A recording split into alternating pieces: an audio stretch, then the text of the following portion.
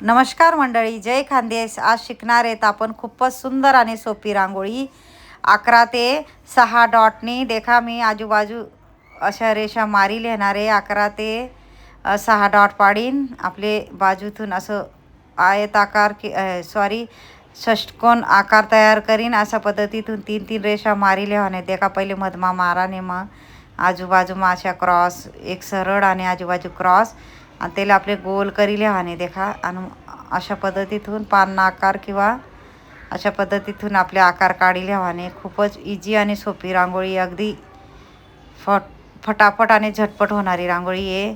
तुम्ही नक्की ट्राय करा.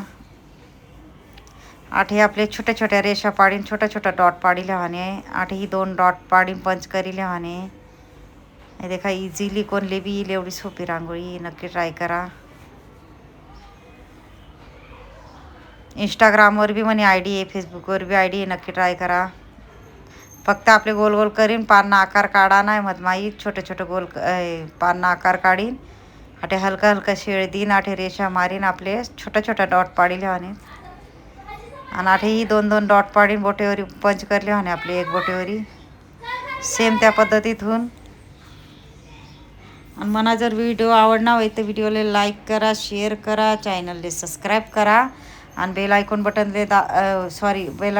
दाबायला विसरू नका. आणि कमेंट बॉक्समा नक्की सांगा कसा वाटणार व्हिडिओ. धन्यवाद. जय खानदेश.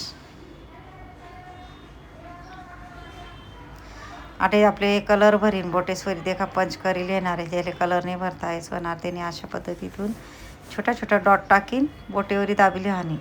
खूपच इझी रांगोळी आणस मी. नक्की ट्राय करा, नक्की येईल तुमले बी.